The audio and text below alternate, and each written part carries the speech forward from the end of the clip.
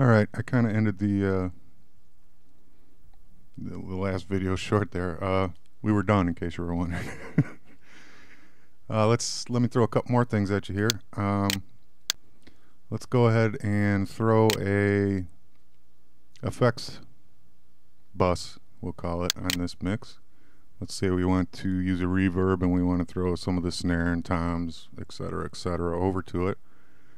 And what we're going to do that is we're going to add a track. Now, I was watching the last video and I wasn't making real clear why I'm picking this room track, because I want my effects bus to be underneath it. That's why I'm picking room. So if I pick room and then I hit track, add new track, the new track gets added underneath it. Okay, let me undo that. Let's say I wanted a track for my submix under my hi-hat. Okay, you would go to track and add a new track and see how it goes underneath it. Okay, I wasn't real clear as to why I was doing that, but that's why. So let's go to room and let's add a new track. And let's call this our verb bus, I guess. There we go. And we'll go down to our mixer here, and now we've got a verb bus. Let's go ahead and put a reverb on it. And again, the reason why we're doing this is so that we can share this reverb plugin with any track that's in our mix. So we only have one instance of the plugin running, which will save us CPU and processing time. Let's go ahead and add ambience in. This is free. This is the extent of what you have to do. Just click OK. Well, let's just real quick pick a preset, drums wide, fine. Because this is an effects bus, we don't want any of the dry signal in there. In other words, what we're sending to it, we don't want to hear that. And we want it to be 100% wet. Alright, that's all we got to do there. Now let's play our mix.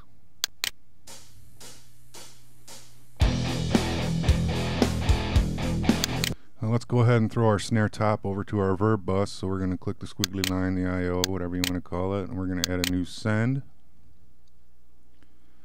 to our verb bus. Okay, let's hear what that does.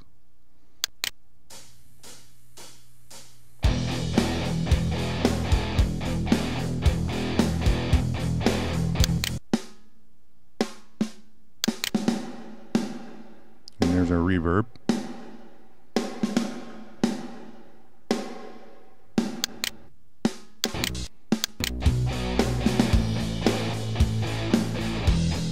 And it's very, shall we say, 1980s. So let's adjust that level a little bit. I'm soloing out just the snare and the drum or the verb bus here. Okay, I like to leave, and some guys might do it different. This is the way I like to do it. I like to leave the verb bus or any bus just at 0, and I'm going to control the reverb level with the send. So to do that in Reaper, you bring back up your IO box here, and this is your level that you're going to use to send to the reverb. So if I turn it all the way down, I get no reverb, and then I'll slowly add it back in until it sounds about what I want.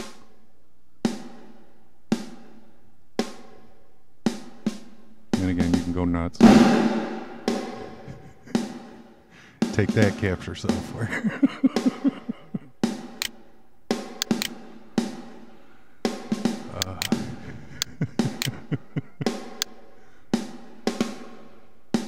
Yeah, right about there is good. We're going for subtle here. We're not going for reverb city.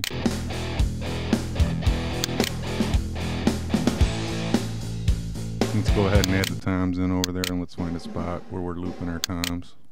I think around 26 or 27 or something is where we had a good tom loop before.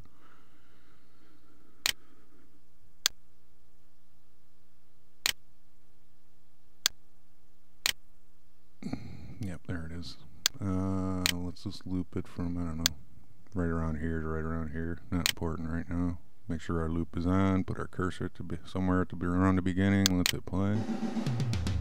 And there's our toms. Let's go ahead and add a send to our reverb.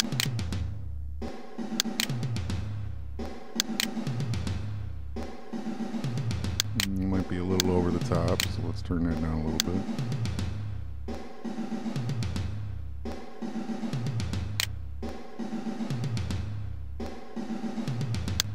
hear the whole thing.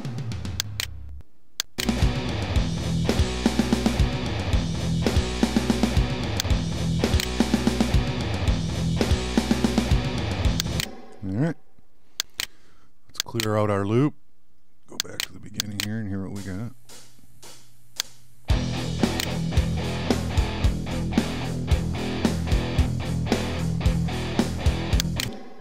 Not too bad. That's what we're looking for. I'm going to drag my performance meter over here so you guys can see it, and I'm going to start playing again. See where we're at CPU wise.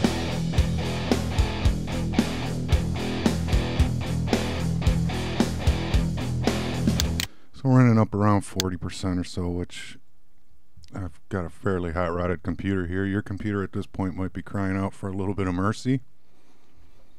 So let's say that we are happy with our kick drum sound at this point in time, and we don't see that changing. We're just going to go ahead and say what we've got there is good, and we're not going to change it, and we're going to turn the effects off for that. But before we do it, let's select the kick drum track. I'm left clicking on it, and let's go up to edit, and what we want to do here is excuse me, apply effects to the items as a new take.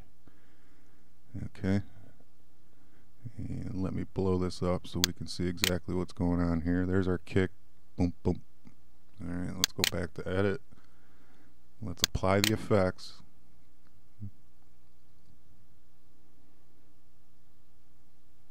Okay, and you can see they all jumped up.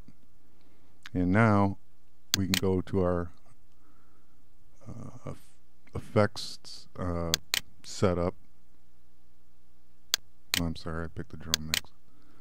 Let's go to our kick effects loop, and you can see this is a little different. Now we can turn all this off, save CPU space, power, and then we'll hit play.